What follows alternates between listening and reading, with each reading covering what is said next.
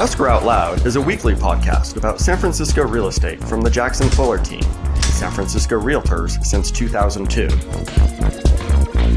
Show notes with links are at jacksonfuller.com. Hey, Britton. Hey, Matt. So last week we were talking about a neighborhood. And it was a very hilly neighborhood. One of the original 7 hills of San Francisco. Ding, ding, ding. Russian Hill. There we go. Named for Russian sailors in a cemetery. Putin should come get them. That's all we'll say about that one. All right, moving on to an entirely new and different neighborhood. Let's do it. Leading off. So this is probably going to give it away to most people at the very first clue. The most well-known features of this neighborhood are called Eureka and Noe. 2 summits in the neighborhood that are popular destinations for those seeking a view of the city. There is also a boulevard that shares a name with the neighborhood that is a figure 8 around these 2 summits. Although you can no longer drive in a figure 8. You can walk in a figure 8. Yeah, because they closed half the off traffic. Yep. Because everyone's there to see those peaks. So speaking of those 2 summits, isn't there a third in the neighborhood? There is. It's a lesser known one, but it's called Christmas Tree Point. It's not as high, but it has great views of downtown, the Golden Gate Bridge, and Alcatraz. I just think that's a really weird name for the third point. I agree. Christmas tree. It's so very random. But all right, Christmas Tree Point it is. What else can you tell me about this neighborhood? Interesting bit of trivia. This neighborhood contains the geographic center of the city. Interesting tidbit.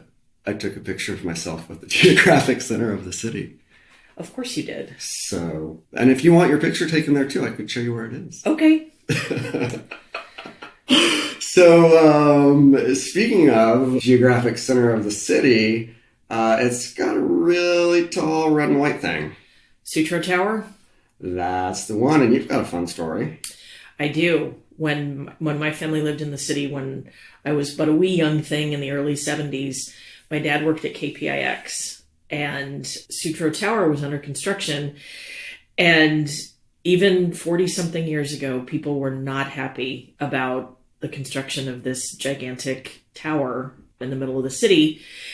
And we have a picture of my dad and one of his coworkers standing in front of the unfinished, halfway built Sutro Tower, and they were both flipping it off. So there you have it. It's been a point of joy or controversy since its inception. And as you mentioned, its purpose is a commercial radio and TV tower. That's why he was up there. All right. So what else? So one of the most defining characteristics of this neighborhood is fog. Well, that narrows it down to 3/4 of the city. Okay, let me narrow it down. Noe and Eureka form a divide for the fog pushed in from the Pacific, which forces it all toward the slopes to the west.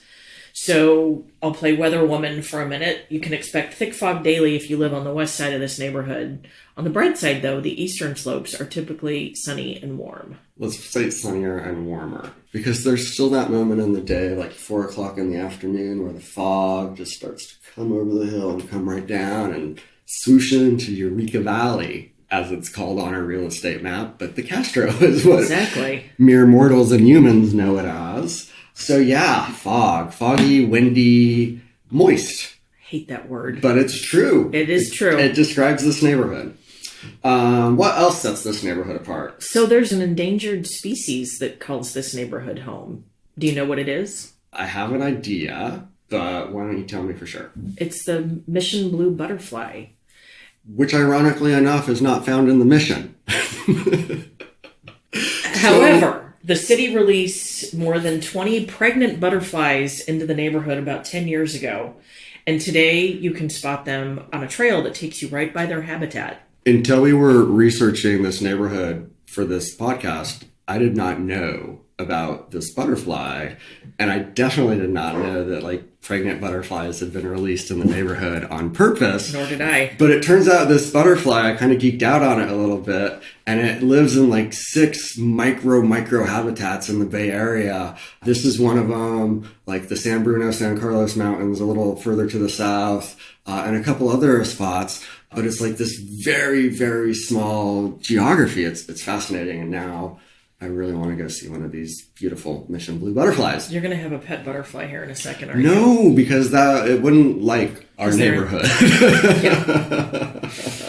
And they're endangered. We need to leave them in their habitat. Exactly. Speaking of their habitat. Yes, speaking of. Their habitat and other sections of the summits have been deemed a natural area, and they are protected by the Natural Areas Program of the SF Recreation and Parks Department, which means that it will remain undeveloped and protected for at least the foreseeable future, but hopefully forever. Yeah, there's a point in this neighborhood where development stops.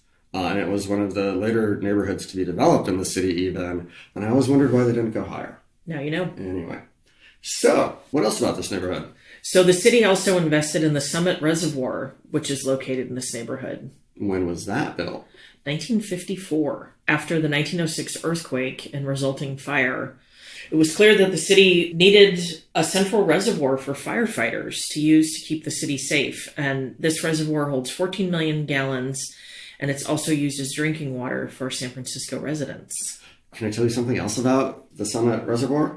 Yes. The SFPD, as I understand it, uses it for their underwater scuba training exercises. And then we drink it? Well, it goes through filtration, I'm sure, before. And I don't know, maybe there's another one. But when I was getting scuba certified at Bamboo Reef, the guy was talking about the, That's crazy. Confined, because it's a confined underwater space, like dark. Yep. That is not my idea of a good time. No. Anyway, there it is, Summit Reservoir. Is there any place to eat in this neighborhood? Interesting question. So there's a neighborhood improvement association that has discouraged business permits in the neighborhood. So you'll find more natural space and homes than restaurants and shopping. But along the edges, you'll find plenty of places to eat and shop. Yeah, it's a bedroom community. Yeah. You got to cross the street once again. Yep. At least down the hill. So what are some of the neighborhoods that I might find near this neighborhood? So the neighborhoods that you'll find, you go north to Diamond Heights. No, sorry, I said that wrong. This neighborhood is north of Diamond Heights. There we go. I said it wrong. Sue me. So sue me. It's south of Coal Valley, it's west of the Castro, and it's east of Forest Hill. Dun, dun, dun, dun. And if you want to go to this neighborhood to go on a hike or enjoy the views on a non-foggy day, how might one get there? There are different muni lines that you can take to the surrounding neighborhoods. You can also take a whole bunch of steps to walk to it. So you can get there a number of different ways. Either way, it sounds like it's an uphill journey to this neighborhood. Indeed. All right. I'm pretty sure I know where we're talking about. I think you do. But I'm not going to say. Don't. Not until next time. Tune in next time. And until then, we hope you have enjoyed learning about a San Francisco neighborhood, and we'll leave a great review on your favorite podcast store. Escrow Out Loud is a weekly podcast about San Francisco real estate from the Jackson Fuller team, San Francisco Realtors since 2002.